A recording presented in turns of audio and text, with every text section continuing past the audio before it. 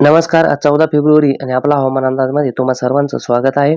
सध्या जे ढग दिसत आहे त्यामधून पाऊस होईल का किंवा पाऊस होण्याची जी माहिती आहे तर ती शेतकऱ्यापर्यंत पोहोचत आहे आणि त्यामुळे शेतकरी देखील संभ्रमित आहेत.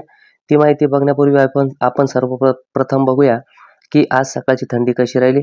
तर पुणे, सातारा, अहमदनगर, छत्रपती संभाजीनगर, बुलढाणा, अमरावती, जळगाव, धुळे, नंदुरबार, नाशिक या ठिकाणी जवळपास 14 ते 16च्या दरम्यान, तर दक्षिणेकडील कोल्हापूर, सांगली, सोलापूर, मराठवाड्यातील बहुतांश विभाग आणि विदर्भामध्ये खास करून 16 ते 19 दरम्यान, दक्षिण मराठवाडा आणि सोलापूरमध्ये जे तापमान आहे तर 16 ते 20च्या दरम्यान आहे.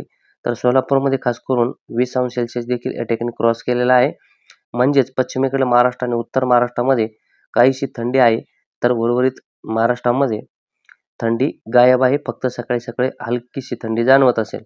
आता सध्याची परिस्थिती जर आपण बघितली तर महाराष्ट्रावरती पूर्णतः ढग आहे. यामधून कसल्याही प्रकारच्या पावसाची शक्यता नाही.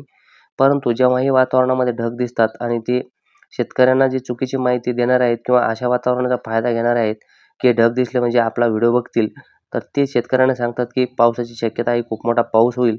परंतु तसल्या प्रकारच्या कसल्याही पावसाची शक्यता नाही. फक्त हे जे वातावरण आहे त्याचं कारण असं आहे की जो WD या ठिकाणी आहे तर तो नेहमी समजा वरच्या भागातून जातो, तर तो यावेळेस थोडासा खालून गेला म्हणजे राजस्थानवरून अशा प्रकारचा गेलेला आहे.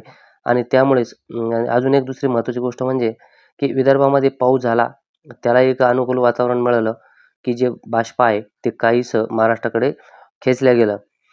तर आता जे वातावरण आहे तर यामधून पावसाची शक्यता नाहीच. परंतु दुसरी महत्त्वाची गोष्ट म्हणजे की हा एक WD आहे आणि तो देखील 17 तारखेच्या आसपास हिमालयावरती येईल आणि राजस्थानवरती एक हवेची चक्राकार स्थिती बनेल आणि त्यामधून काय होईल की जे वाळवंटी विभाग आहे यामधून काहीसं तापलेलं जे वाळू आहे यामधून जे वारे वाहतील तर ते काहीसे महाराष्ट्राकडे येतील आणि त्यामुळे महाराष्ट्रामध्ये देखील उन्हाचा चटका वाढणार आहे. त्यासोबत गुजरात, राजस्थान या ठिकाणी आणि मध्य प्रदेशमध्ये देखील दक्षिणेकडील विभागामध्ये दिवसाच्या तापमानात वाढ होईल.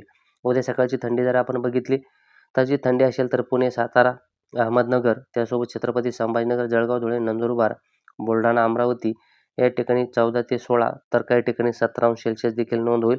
दक्षिणेकडील महाराष्ट्रामध्ये आहे ती स्थिती राहील. यामध्ये देखील एखादा अंशची वाढ होईल.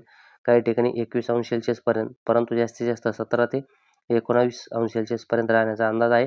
विदर्भामध्ये देखील 17 ते 19च्या दरम्यान तापमान नोंदवलं जाईल.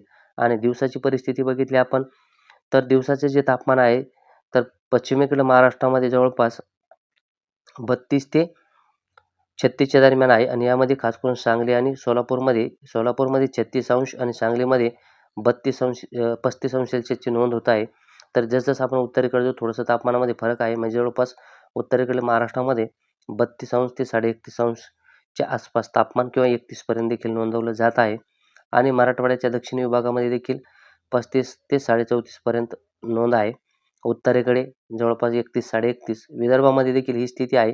31 ते 33च्या दरम्यान तापमान नोंदवलं जात आहे आणि 17 तारखेपासून तापमानामध्ये वाढ होणार आहे. अशाच प्रकारची माहिती बघण्यासाठी जे नवीन असतील किंवा ज्यांनी अजून चॅनल सबस्क्राईब केलेलं नसेल तर त्यांनी नक्कीच चॅनल सबस्क्राईब करा, जेणेकरून सर्व नोटिफिकेशन आपल्याला मिळतील. त्यासोबत 18 एप्रिलला आपण मान्सून 2024 मधील पावसाच्या तारखा देखील देणार आहोत. सध्यासाठी इथंच थांबतो. जय महाराष्ट्र.